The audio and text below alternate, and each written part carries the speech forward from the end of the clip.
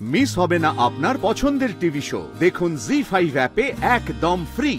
তোমাকে দেখে কিন্তু আমার এতটুকুও মনে হচ্ছে না যে তোমার নিজের দিদির প্রতি তোমার একটুও উদ্বেগ আছে। হ্যাঁ, যদি দেখতাম তাহলে তাহলে না হয় বুঝতাম, কিন্তু এখন তোমার সেই অভিনয় করার সময়টা উতরে গেছে, তাই তোমার এই অভিনয়েরও আমার কাছে আর কোনো মূল্য নেই। আমাকে বিশ্বাস করছো না তো? ঠিক আছে, আমার কোনো কথা তোমাকে বিশ্বাস করতে হবে না। আমাকে ঘেন্না করে হলেও প্লিজ বলো যে ডাক্তাররা কি বললো। দিদিভাই বেঁচে যাবে তো? হ্যাঁ, বেঁচে যাবে, হয়তো যাবে। অনেকের অভিশাপ থাকা সত্ত্বেও হয়তো সেরে উঠবে। হয়তো কেন বলছো সূর্য? প্লিজ এভাবে বলো না। তুমি দেখো দিদিভাই ঠিক হয়ে যাবে, ভালো হয়ে যাবে। আপাতত 48 ঘন্টা না কাটা অবধি তো কিছু বলা যাচ্ছে না। সূর্য, আমি জানি আমি যেভাবে তোমাকে কথাগুলো বলেছি ঠিক বলিনি, আমার তার জন্য খারাপ লাগছে। আই এম সরি, আমার ভুল হয়েছে, ওভাবে বলা উচিত হয়নি।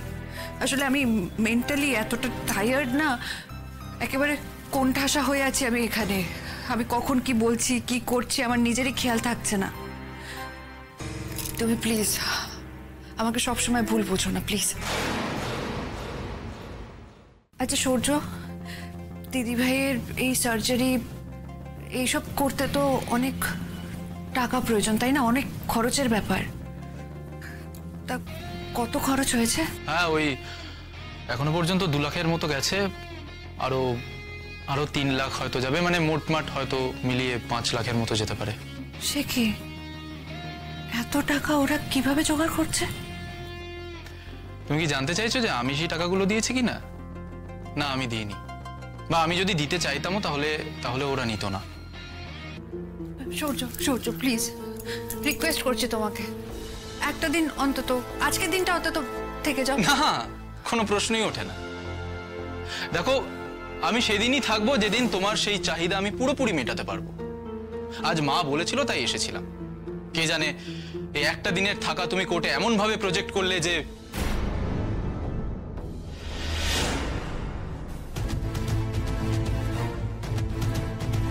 1.5 কোটি টাকা? আচ্ছা, এই 1.5 কোটি টাকা কি যথেষ্ট? দিদিভাইয়ের এই একটা সার্জারিতে সবকিছু নিয়ে তো প্রায় 6.5 লাখ মতো বেরিয়ে যাবে। আজ থেকে 5 বছর বাদে এটাই তো 10 লাখ হয়ে যাবে। এইভাবে আমিও যদি কোনো বড় অসুখে পড়ি আর তাতে 1.5 কোটির থেকে বেশ কিছু টাকা বেরিয়ে গেলে, না না না, আমাকে ডিভোর্স দিলে চলবে না। পার্মানেন্ট একটা রোজগারের ব্যবস্থা থাকতেই হবে আমার।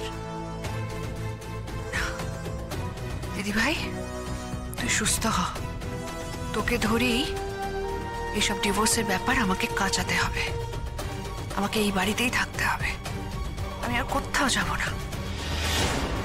জি5 ডাউনলোড করুন আর সব এপিসোড দেখুন একদম ফ্রি।